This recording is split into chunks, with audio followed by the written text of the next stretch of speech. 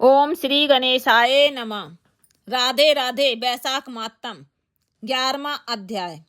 तदंतर राजा मैथिल पूछने लगा, हे महाराज, बैसाख के जो धर्म आपने वर्णन किए हैं वे बड़े सुलभ हैं और उनसे विष्णु भगवान प्रसन्न होकर तत्काल अर्थ धर्म काम मोक्ष प्रदान करते हैं।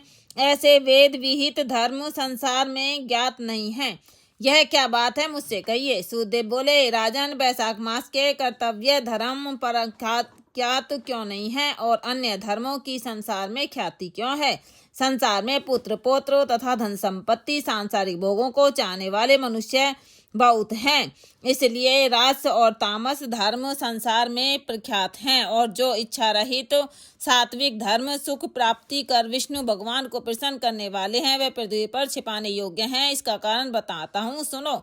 इक्ष्वाकु के कुल का भूषण काशीपुरी में निर्ग का पुत्र सार्वभौम राजा बड़ा यशस्वी कीर्तिमान नाम का हुआ है। यह जितेंद्रिय क्रोध को जीतने वाला ब्राह्मण्य राजाओं में उत्तम था। एक दिन वह आखेट करता हुआ जा रहा था तो मार्ग में मुनि वशिष्ठ जी के शिष्यों को देखा, जो कहीं प्याऊ लगा रहे हैं, कहीं छाया मंडप बनवा रहे हैं, कहीं वापी निर्मल करवा रहे हैं, कहीं बैठे हुए मनुष्यों के पंखे से पवन कर रहे हैं, कहीं सुगंधित फूलों को दे रहे हैं, मध्याह्न समय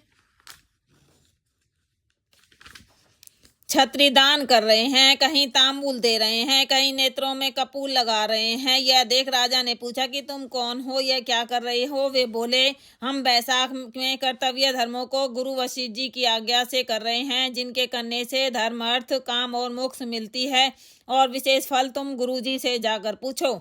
यह सब सुन राजा वहां से तत्काल चल दिया और वशिष्ठ जी के आश्रम में पहुंचा।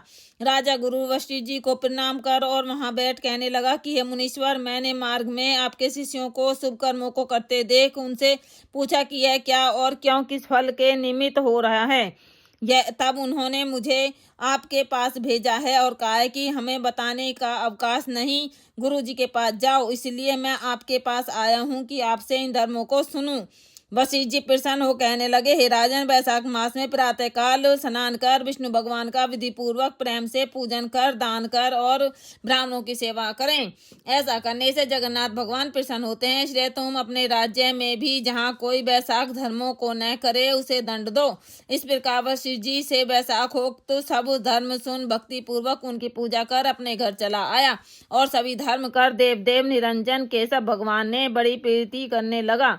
हाथी पर ढोल रखवाकर अपने राज्य में मुनादी करा दी कि 8 वर्ष से 80 वर्ष के वृद्ध पिता पुत्र भार्या और इष्ट मित्र कोई भी हो जो मेष की संक्रांति में सूर्य उदय से पहले स्नान नहीं करेगा और बैसाखोक्त धर्मों का पालन नहीं करेगा, उसको चोर के समान दंड देश से निकाल दूंगा।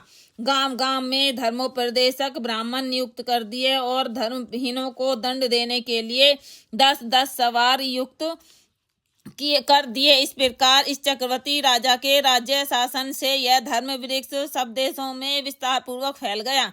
जो मनुष्य प्रमोद से भी इस राजा के नगरों में मर जाते थे उनको निसंदेह विष्णु लोक प्राप्त होता था और यमलोक नहीं जाते थे, जिससे चित्रगुप्त को लिखने के लिए कुछ काम न रहा। सभी पापी लोगों से नरक खाली हो गया। तब नारद जी धर्मराज के पास जाकर बोले, हे राजन, नरक में पहले जैसे हाहाकार शब्द अब सुनाई नहीं देते। खोटे कर्म करने वाले माया और दंभ से बड़े हुए पापी मनुष्य तुम्हारे लोक में क्यों नहीं आते और चित्रगुप्त भी हाथ पर हाथ धरे बैठे हैं, इसका कारण क्या है? तब धर्मराज बोले, हे नारद, आजकल पृथ्वी का राजा ऋषिकेश पुराण पुरुषोत्तम का बड़ा भक्त है। उसने अपने देश भर में मुनादी करा दी कि सब छोटे बड़े बूढ़े मेष की संक्रांति में बैसाख मास के धर्म का पालन करें। उल्लंघन करने पर दंड के भागी होंगे, जिसके भय से वहां की प्रजा के लोग बैसाख के धर्मों का पालन करते हैं। इस कारण उनका मेरे लोक में आने का मार्ग बंद हो गया है और सब ब्रह्मा हत्यादि पापों से छूटकर सीधे विष्णु पद को प्राप्त होते हैं। इसलिए मैं उस महाबली से युद्ध कर उसे मारूंगा। यदि वह मुझसे न मरेगा तो मैं ब्रह्मा के पास जा उनसे सब निवेदन कर स्वस्थ हो जाऊंगा। इस प्रकार नारद जी से सलाह कर मृत्यु रोग जरा आदि सेवकों तथा 50 कोटि यमदूतों को ले स्वयं यमराज दंड वो उठा भैंसा पर चढ़ पृथ्वी पर आए और शीघ्र ही उस राजा की पुरी में घेर महाशंखनाद करने लगे। जब राजा ने यह सुना कि यम ने यह पुरी घेरी है, तब अत्यंत क्रोध कर अपनी सब सेना सजा नगर से बाहर आया। दोनों में घोर युद्ध हुआ। राजा ने यम को सारी सेना आदि को जीत कर क्षण भर में भगा दिया, जिससे क्रोध कर यमराज ने अपने अनेकों बाण चलाए और ढाल तलवार उठा राजा को मारने को आया। तब राजा ने 3 बाणों से यमराज के धनुष ढाल तलवार आदि सब काट गिरा दिए और एक तीक्ष्ण बाण यमराज के मस्तक में मारा। तब यम ने क्रोध कर अपना दंड उठाया और उसको ब्रह्मास्त्र से अभिमंत्रित कर राजा के ऊपर छोड़ दिया। यह देख विष्णु भगवान ने अपने भक्त की रक्षा के लिए सुदर्शन चक्र छोड़ा, जो रण में आ ब्रह्मास्त्र का निवारण कर यम को मारने को उद्यत हुआ। तब राजा सुदर्शन चक्र को नमस्कार कर स्तुति करने लगा कि यम की रक्षा करिए।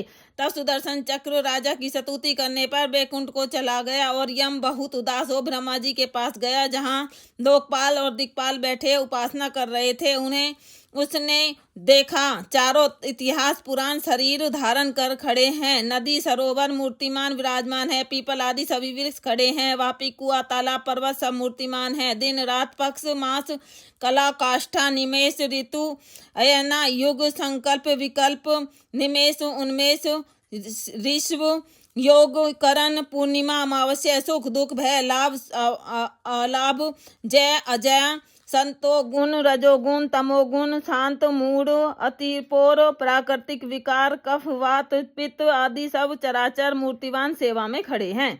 उनके बीच में यमराज सेवकों सहित लज्जावान हो मुख मलिन कटे वृक्ष की भांति जा गिरा और त्राई त्राई पुकारने लगा, जिसको देख सभी आपस में अचरज से कहने लगे कि यम के यहाँ आने का क्या कारण है। जिस यम को काम से क्षण भर भी अवकाश नहीं मिला, उस जिसके वस्त्र फट रहे हैं, चित्रगुप्त भी इसके पीछे पीछे ही आया है। यमराज कहने लगा, हे कमलासन, मेरी प्रतिष्ठा भंग हो गई, मुझे खूब पीटा है, मेरे वस्त्र आदि छीन लिए हैं, आपके होते हुए मेरी यह दुर्गति हुई है। यह सुन सभा में बड़ा भारी कोलाहल हुआ। तब पवन में ने ब्रह्मा की सलाह से सबकी वाणी रोक दी और यम को वहां से उठाया और आसन पर बिठा पूछने लगा कि यह दुर्गति तुम्हारी कैसे किसने की है। तो कुश केतु जो सबसे के पिता हैं, उनके सामने अपना सब वृत्तांत कह वह तुम्हारे हृदय से दुख का दूर करेंगे। तब पवन के कहने पर यमराज कुश केतु के पुत्र के मुख की ओर देख बड़े दीन स्वर और गदगद वाणी से सत्य सत्य बताने लगे। इति वैशाख मातम 11वां अध्याय संपूर्ण।